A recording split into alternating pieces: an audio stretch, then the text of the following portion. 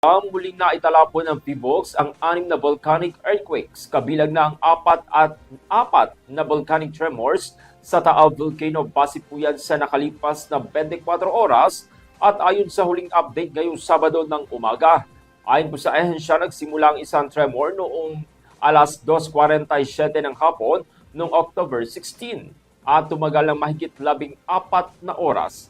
Isa pang tremor ang kasalukuyan nagpapatuloy mula pa noong alas 11:46 ng gabi nitong October 17. Naitala rin po ang sulfur dioxide emission na nasa 312 tonelada kada araw, habang umaabot naman sa 500 metro ang taas ng mahinang usok na lumabas naman sa bunganga ng bulkan at napadpad naman ng hangin sa timog kanluran. Sa ngayon po ay nananatili pa rin sa Alert Level 1 ang Taal Volcano.